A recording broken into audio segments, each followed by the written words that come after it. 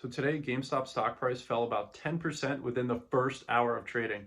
Only 2 million shares traded in that time period, yet the stock fell 10%. And I'm just here to remind you that volatility goes both ways. If it can go down 10% on only 2 million shares traded, it can absolutely go up 10% on 2 million shares traded, right?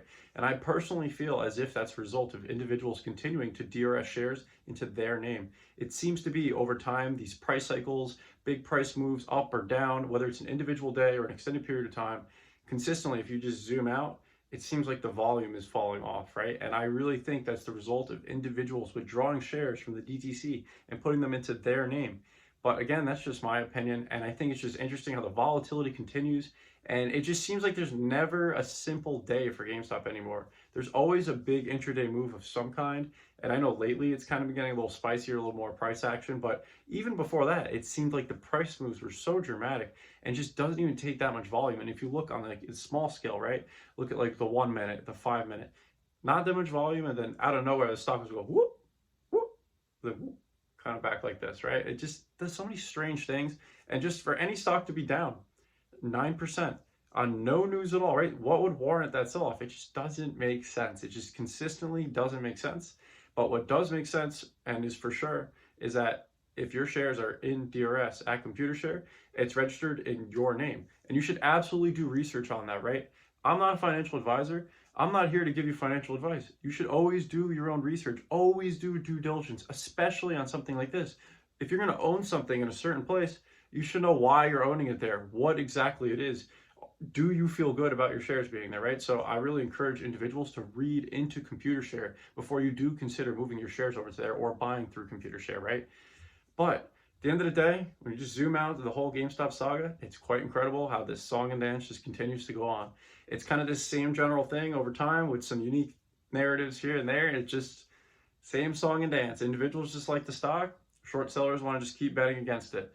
And honestly, I think the X factor, or I guess I don't know if we call it one or two X factors, but it's kind of a combo, is management, Ryan Cohen, and DRS. Because management, as long as they lead the company to success and the company to profitability, it's inevitable that if there is underlying short interest, eventually it'll unravel, right? And Marantz has brought up a great point to me about the S&P 500 and GameStop's potential future inclusion in that. And look what it did for Tesla stock, right? That's just one simple example. And I don't think Tesla stock was shorted the way GameStop stock has been shorted now, right? I mean, Tesla stock, yes, it was heavily shorted, but again, we can't really know the true data. It's really hard to see all of it just because the way things are reported and the strange world we live in, the strange things that happen out there, right? But ultimately, I would imagine if Tesla can make that large of a move in its entrance period into S&P 500, GameStop definitely has the potential as well. And then one other slight thing I'll touch on in this video, I haven't read into it too much, so I'll talk very briefly. The whole Genius oh my gosh, I'm butchering it. The ticker just slipped out of my mind, guys. I completely forgot. But it's interesting, it's another stock, which is massive amounts of the shares just trade in one day. And it is interesting. They're really putting the pressure on.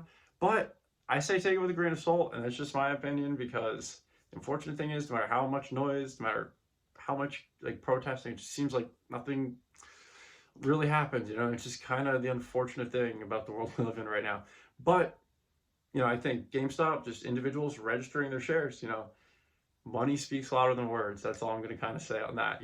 That's ultimately with everything. But if you're playing that stock, you're in that, I wish you all the best. And I'm definitely watching it, is what I'm kind of getting at here, is that it's interesting and just more and more people shining light on this issues of the stock market, right? This consistently happens every day.